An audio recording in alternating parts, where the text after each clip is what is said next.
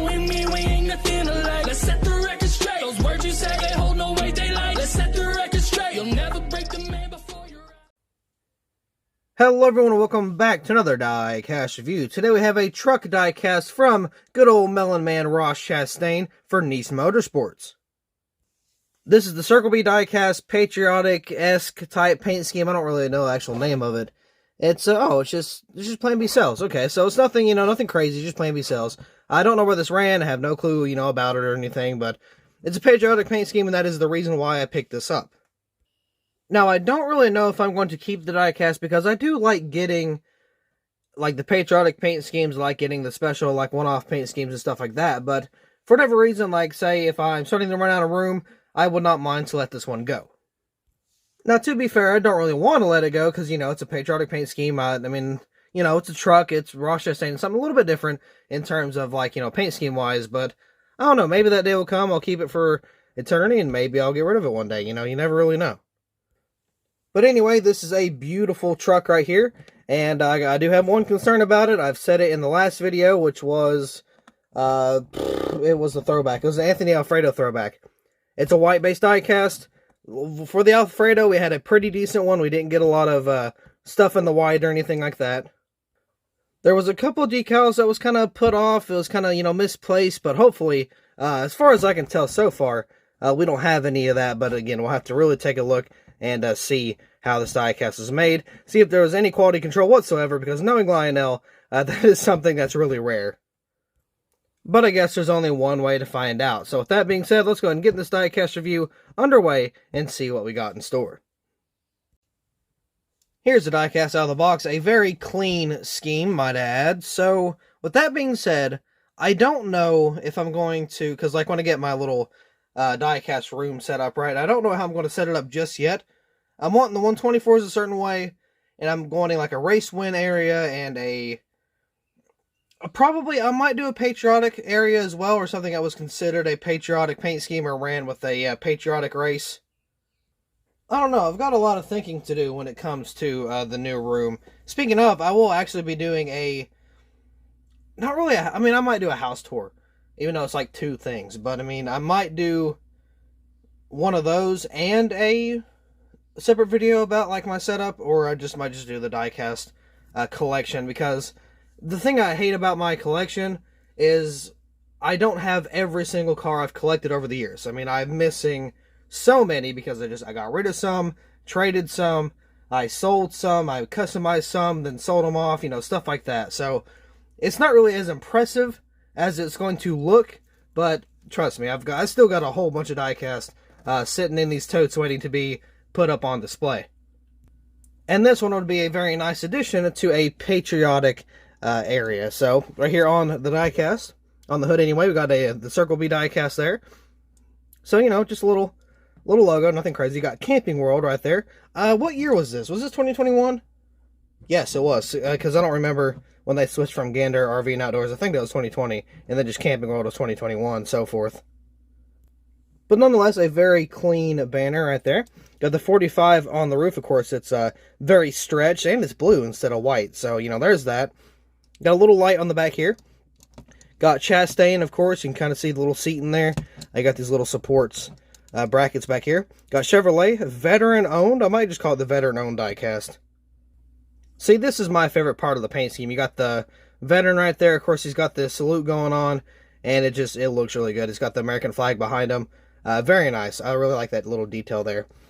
Got the little black spoiler back here. Got Nice Silverado RST 45. Of course, you got the little bow tie down there with the little plate. It's more of a square, but it's in where the plate would be. Of course, you got the little slices in the Nice up top. CircleBDiecast.com, nice and big around that panel here. Got Mobile One, a veteran owned once again. K&N and Mechanics Wear. We got a really nice blue, and if you look deeper into the blue, you can tell that there's an American flag behind that, and that looks really good.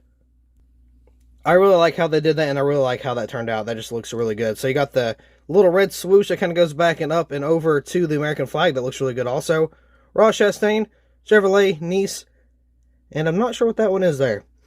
So you got Camping World, Comedic, however you want to say it, Holly E5, Tilton, NASCAR Race Truck, Mobile One, Lincoln Welders, and whatever that one is there. You can see right here on the wheels, some of these are not very well painted. So, oh yeah, look at that one. You can see that one there. That's one that's like super off. Let's look at this side. That one's a little better.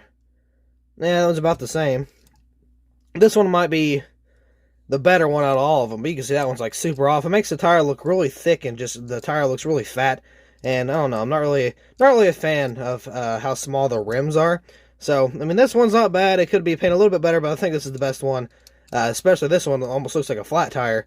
And yeah, so that's kind of what's going on here, because normally Lionel also has not only a hard time painting the white base diecast, which again looks like they did a fairly good job on this one, but the rims are something else they need to work on. But with these new Gen 7 diecasts, I'm not really too sure how they're going to do that, because I've seen black rims, I've seen silver rims, and I think that's all. I don't think I've seen any other colored rims yet so far. So I'm not really too sure on how they're going to pan out. Got Goodyear right there. Got two little stars. I'm thinking, yeah, there's two little stars over here too. Of course, you got Simpson, Sunoco, got the 45, Silverado, and you got Nice Motorsports there. Now, with these front ends, I'll say it once, I'll say it again. I hate how these are. I mean, I just hate them. Because look how stringy. It looks like you took a spaghetti noodle and made this front end with that same noodle. I just don't like how thin everything is. I don't like how spread out everything is. Now, you know, granted, this isn't a real, you know, headlights or anything, but I hate the look. I really do. I mean, it's kind of like the Xfinity exhaust on the back. Like, they would have some back here, and there wouldn't be no exhaust coming out of the back. So, I mean, that just doesn't really... Oh, I'm on the wrong area. There we go. It just doesn't make any sense. Now, as a vehicle enthusiast in terms of looks, because I know nothing about the interiors of these things, but it's just, I feel like the older trucks and just cars in general look so much better in terms of headlights.